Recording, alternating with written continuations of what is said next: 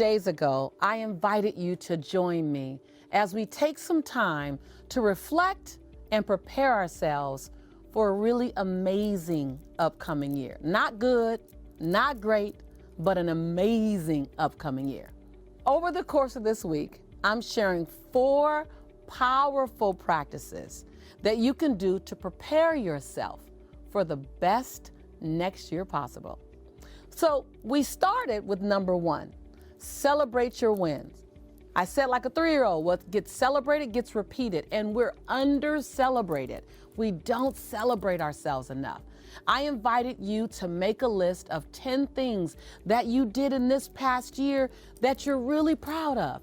10 things that was the distinction between I just want it and I'm committed to it. No matter where it was in your life, health, wellness, relationship, finance, spirituality, physical wellness, wherever it was, 10 things. You've done many more things, but I invited you to list 10.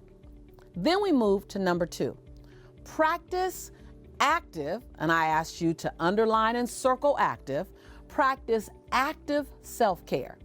And here is where you identified what rejuvenates you and what plans will you make to set self-care as a priority during the busy season, during the down times and the up times. How will self-care be as prominent as your things to-do list, be as prominent as serving the people around you, be as prominent as showing up to the meetings and the engagements that you have?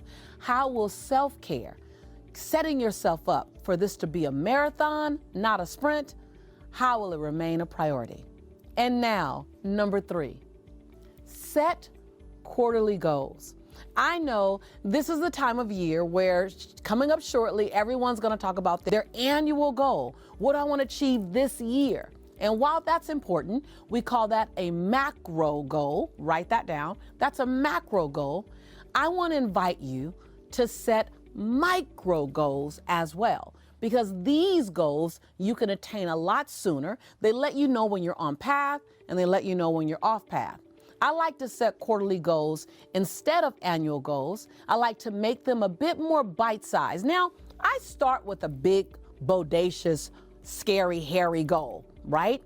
Then I immediately release that goal and chunk it down into 4 smaller goals that are bite-sized, digestible, and palatable. I can measure them every 90 days. You want to be able to measure, write this down, you want to be able to measure your actions, your goals, and your milestones every 90 days. When you do that, it allows you to see how close on path you are. Have you exceeded your own expectation? If you have a goal that this year, I want to make an additional $45,000 or I want to make an additional $100,000, and you get to the first quarter and you're $30,000 in, you know you're on path.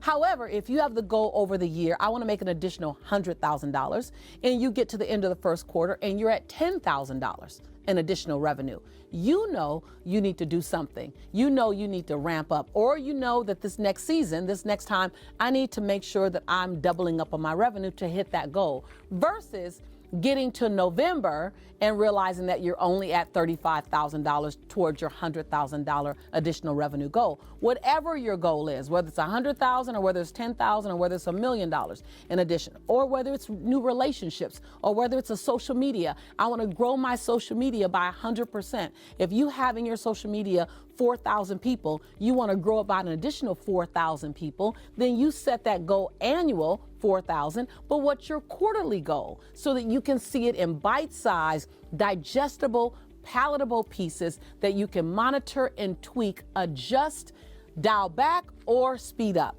That way you hit your goals. So the power of quarterly goals is significant. 90 days is enough time to make a lot happen. Now, sit down with your journal and make a list of 3 things that you're committed to create in your life in the next 90 days. So don't do it for 360 days. Don't do it for 250 days. Do it for 90 days. And then focus on 90-day goals. These are not "it would be nice" goals or "I'd kind of like to" goals. No. This whole series is a no matter what series. These are your non-negotiable, no matter what. These are the goals that you've toyed with, played with, looked at, dreamed about for the last year, 2 years, 5 years, and now you slid every other option off the table, and now it's no matter what. When I came to my no matter what, that's when the mountain in front of me had to bow down. I wasn't concerned with the if, with the who, with the where, with the what. All I wanted to know was the how. How do I make that mountain bow down? The mountain of debt, the mountain of broken relationship, the mountain of 80 pounds of additional weight on my body. When I made the decision, no matter what, the mountain had to move. The exact same is for you. I totally believe that. The exact same is for you. As you move into this next year, and I mean to tell you, this next year can be anything that you design it to be. You hold the pen in your hand. Your pages are blank. You're at a non-negotiable time in your life. That's why you're still here with me. You're at a point where you want to move every other option off the table. And now you're at no matter what, which is why I'm glad we're here together, because I know just a little bit of something about no matter what. And when you and I lock and load together, man, you know when you have one energy force locked with another energy force and all of a sudden you got a new kind of energy force, that's what I believe happens here. I'm so excited to be able to call you my tribe, my community. I'm your sister. I am your sister in prosperity and in possibility. I'll see you real soon again.